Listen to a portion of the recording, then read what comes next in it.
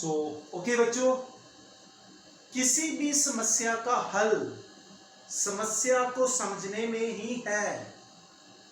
किसी भी समस्या का हल समस्या को समझने में ही है।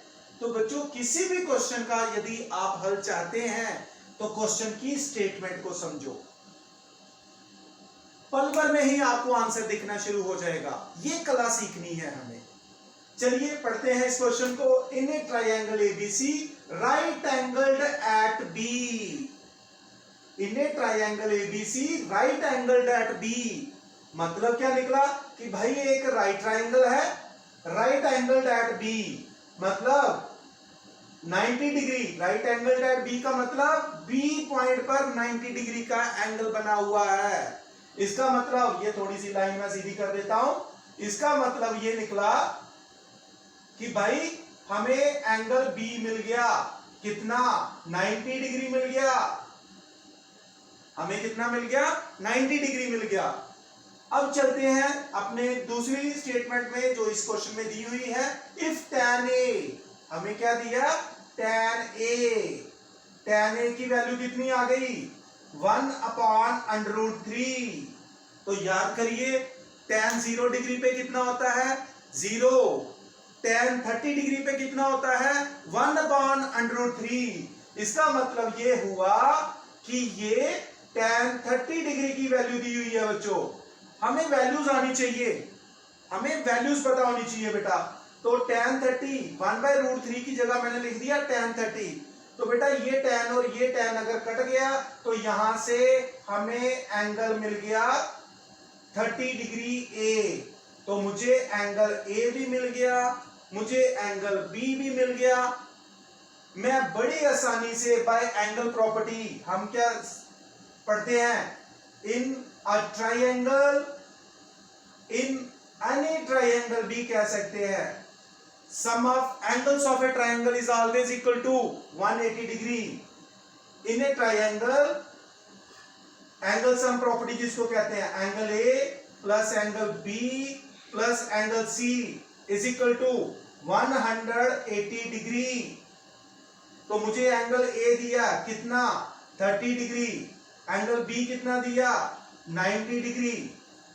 तो एंगल सी मुझे यहां से मिल जाएगा।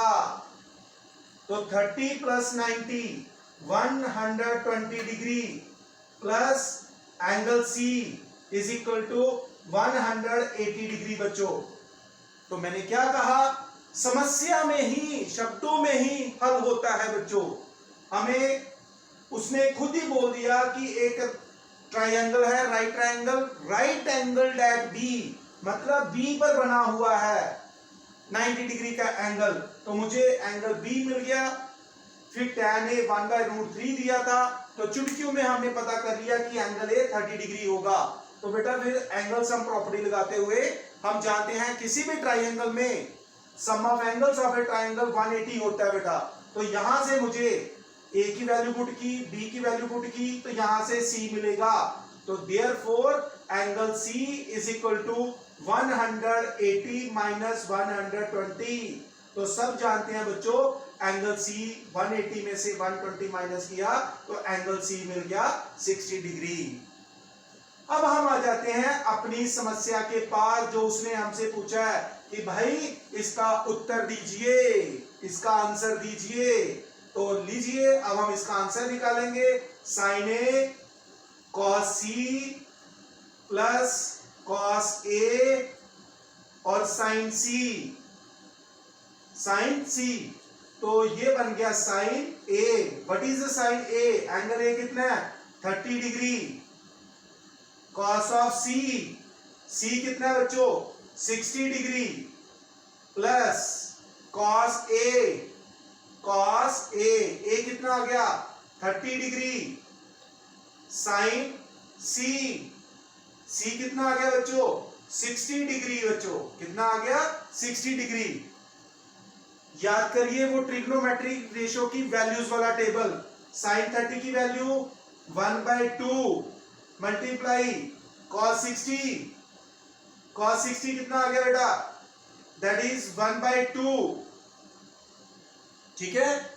प्लस cos 30, अपना टेबल अपने सामने रखिए, √3/2 और sin 60 कितना आ गया बच्चों, √3/2। तो एक बार फिर जैसे ही हमने ABC सॉल्व किए तो हमें पहला पार्ट इसमें सॉल्व करना था sin A cos C plus cos A sin C। तो बच्चों हमने एंगल A और एंगल C की वैल्यू जो हमें दी हुई है, angle A 30 degree, angle C 60 degree, तो हमने जब इन रेशियोज में वैल्यू डाली तो बेटा वो आपके पास ट्रिग्नोमेट्रिक रेशियो जहां पर एंगल है 0 डिग्री, 30 डिग्री, 45 डिग्री, 60 डिग्री, उसको भी सॉल्व करने का आपको एक ट्रिक बताया था बेटा, तो वो हमेशा आपके पास रहना चाहिए बेटा। ये तो चलिए सॉल्व करते हैं। ये हो गया 1/2 मल्टीप्लाई 1/2 1/4, सर ये तो 1/4 निकला। √3 और √3 जब मल्टीप्लाई हुए, सब जानते हैं जब रूट और रूट मल्टीप्लाई होता है तो स्क्वायर रूट कट जाता है, तो ये आ गया 3/4।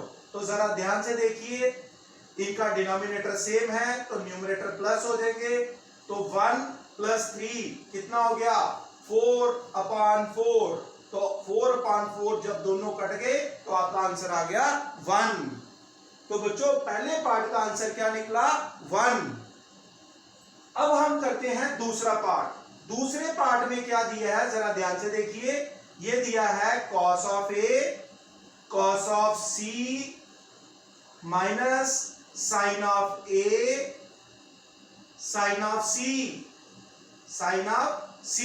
तो cos A की वैल्यू cos A कितना है 30 डिग्री, C कितना है 60 degree, cos 60 degree minus sin 30 degree और sin 60 डिग्री। अब जरा इसको सिंपलीफाई करते हैं बच्चों, cos 30 डिग्री हो गया आपके पास √3/2, cos 60 1/2। वैल्यू याद रखिएगा, कोई समस्या नहीं आएगी आपको, वैल्यू के लिए भी कोई समस्या नहीं आने दूंगा बेटा, वो भी एक बार फिर ट्रिक आपको समझा दूंगा। sin 30 sir 1/2, sin 60 √3/2।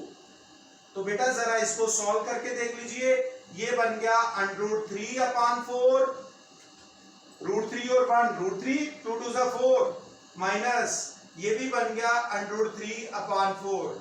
तो बेटा √3/4 में से √3/4 जब जाएगा सब्ट्रैक्ट होगा तो आंसर आएगा 0। तो एक बार फिर बच्चों मैंने क्या कहा, क्वेश्चन में ही हल ढूंढने की कोशिश करनी है। हमें दिया था एक एंगल के एक ट्राइंगल है राइट एंगल एट बी, तो बी फटाफट हमें मिल गया 90 डिग्री। दूसरा उसने कहा tan A भाई 1/√3 है, तो हमने कहा ठीक है, 1/√3 की जगह हमने पुट किया tan 30, tan और tan दोनों कैंसिल आउट, तो हमें यहां से एंगल A मिल गया 30 डिग्री।